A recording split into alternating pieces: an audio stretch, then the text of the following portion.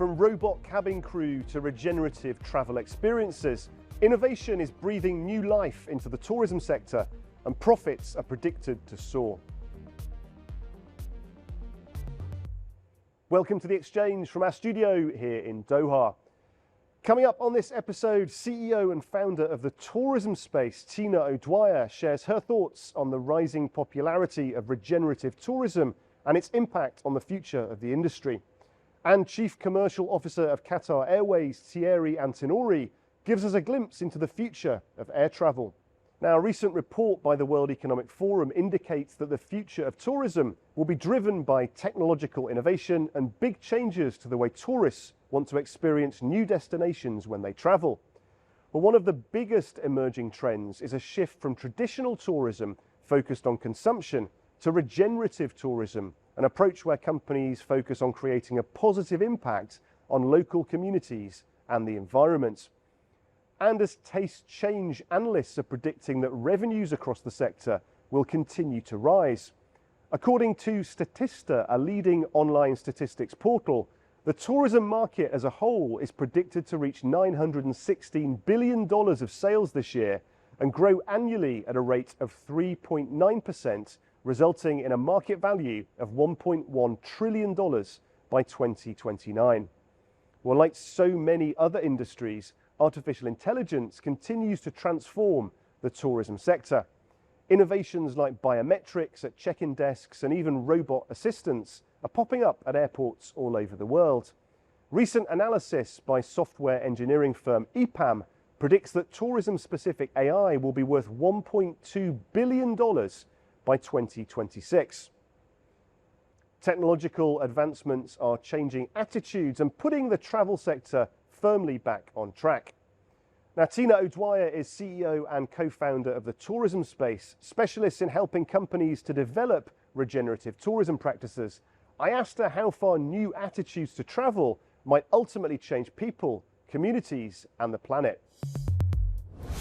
More than most other industries, tourism can do a lot for the well-being of places, the well-being of people, understanding of different cultures, broadening education and minds, and also really enhancing biodiversity and nature conservation through the way it carries out its activities. And I think if tourism started to see the positive parts it could bring to the sustainability and regeneration agenda, then we'd really see a positive model emerging into the future. It's not easy to make profit, but it's also not easy to save the planet. So we need to see profitable local businesses that can endure in communities over long periods of time. And we also need to recognize that it's going to require many more stakeholders than the businesses to influence our planetary conditions. So what does regenerative tourism look like in reality? Our reporter Phil Stebbing went to Wairarapa in New Zealand to find out more. Hi Guy. I'm here at Pukaha National Wildlife Centre, an award-winning leader in New Zealand's bid for regenerative tourism to boost local economies and to restore the environment. Pukaha contains just 900 hectares of a vast forest which Indigenous Māori people once depended upon. This forest was literally our home, our food source and our medicine basket. We had to be integrated into a culture with their different perspectives on who we were as a people, and it wasn't always right. Today, Pukaha's tourism revenue is helping redress past wrongs, funding an education centre and meeting house. It's all part of regenerating the Māori community. I'm very pleased to see how they are preserving their culture. The kids got to experience the carving. Carvers were very gracious, talking about history behind the different objects. For tourists, there are comfortable lodges to rent, and 6 sites provide power for happy campers, which all brings in important revenue.